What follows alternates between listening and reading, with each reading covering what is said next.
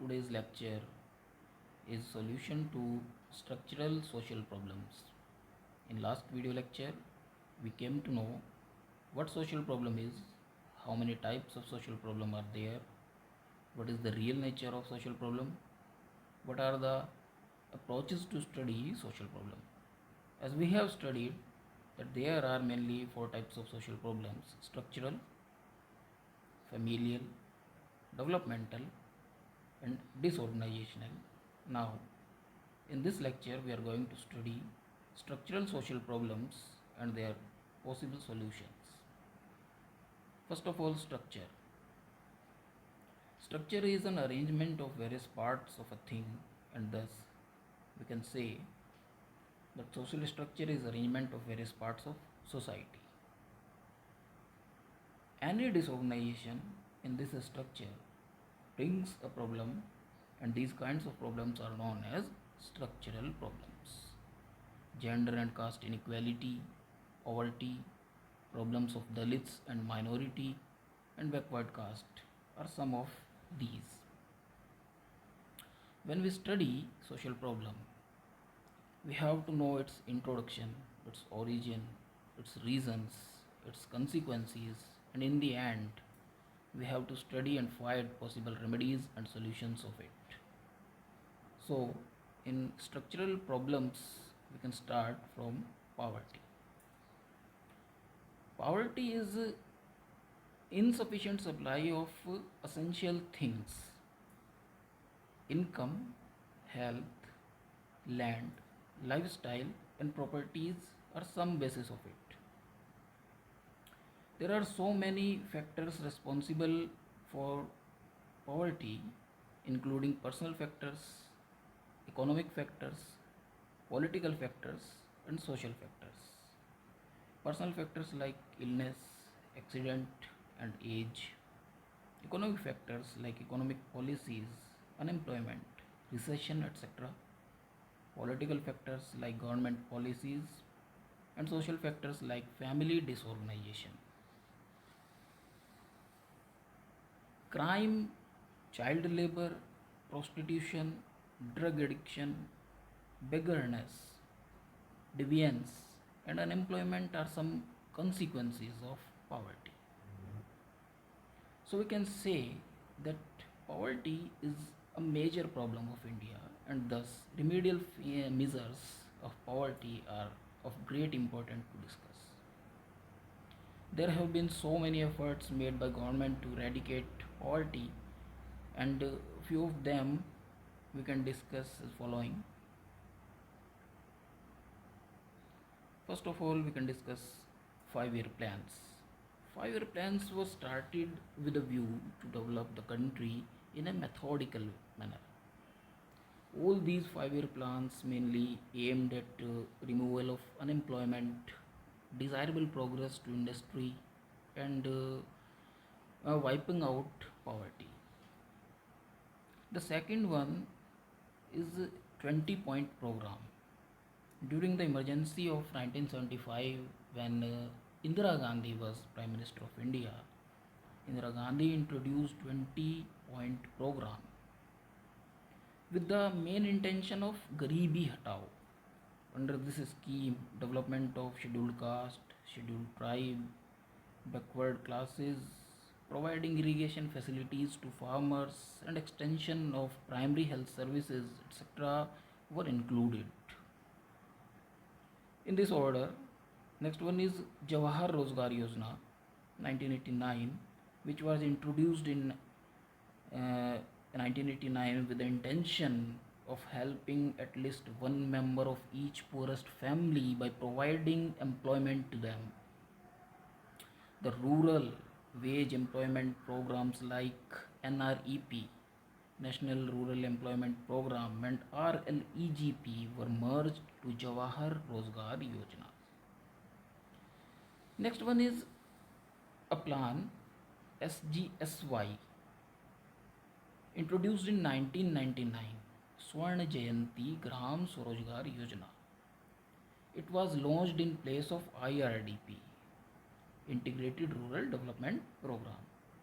The service being implemented on a 75 to 25 cost sharing ratio between the center and the state.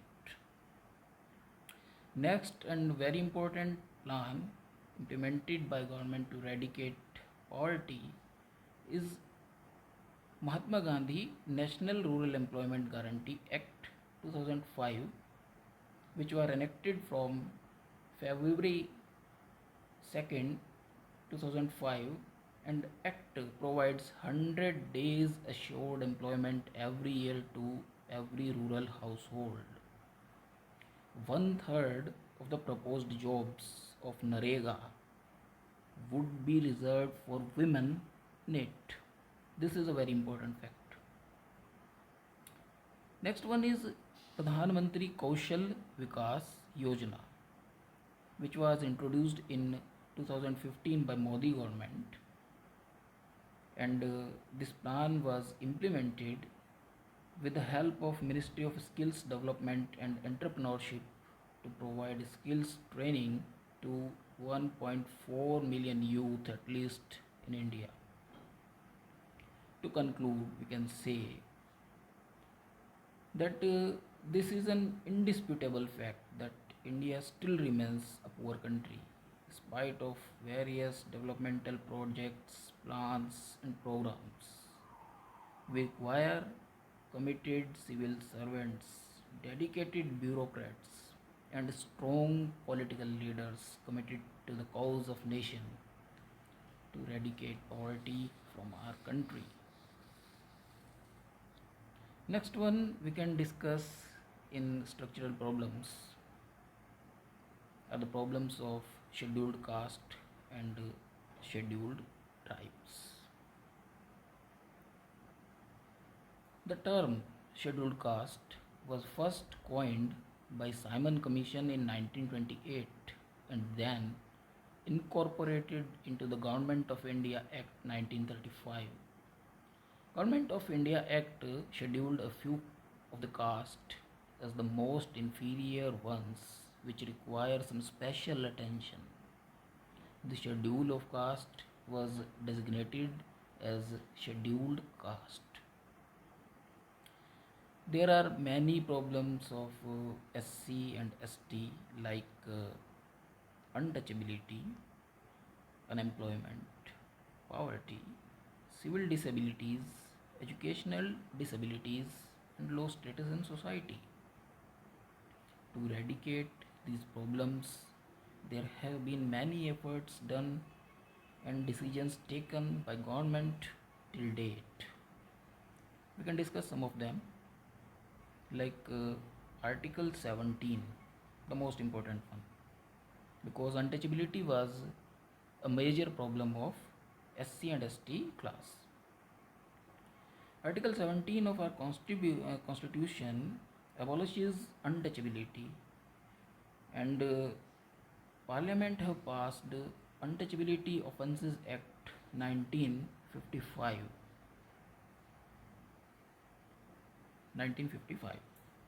which was further substituted by Protection of Civil Rights Act 1976. Next one is Scheduled Caste and Scheduled Tribe Act, which we call SC/ST Act, was enacted in 1989 and came into force in January 1990. It specifies offences which are considered as atrocities. Next one is Article 15, 16, and 38. These articles guarantee that the state shall not discriminate between persons on account of their religion, caste, region, or class. Article 46 promotes educational and economic interest of scheduled caste and scheduled tribes and other weaker sections also. Article 330, it reserves representation of SC and ST in Parliament. Next one is Article 338.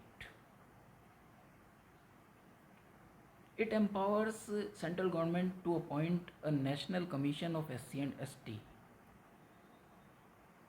Next one is very important, the policy of isolation. It was proposed by Vivir Alvin in 1931, and especially it is a possible solution for the problems of scheduled tribes. Weaver Alvin in 1931 suggested that tribals must be kept at a distance from the rest of the society. He proposed a scheme of national park. It is a very important question also. National park for the ST class, and pleaded for the complete non-interference from tribal areas. Next one is policy of assimilation, which is just opposite of policy of isolation of Vivir Alvin and was proposed by Thakkar Bappa and Govind Sadashivrao Ghurye, the father of Indian sociology. This approach encourages ST to assimilate themselves with the mainstream of national life.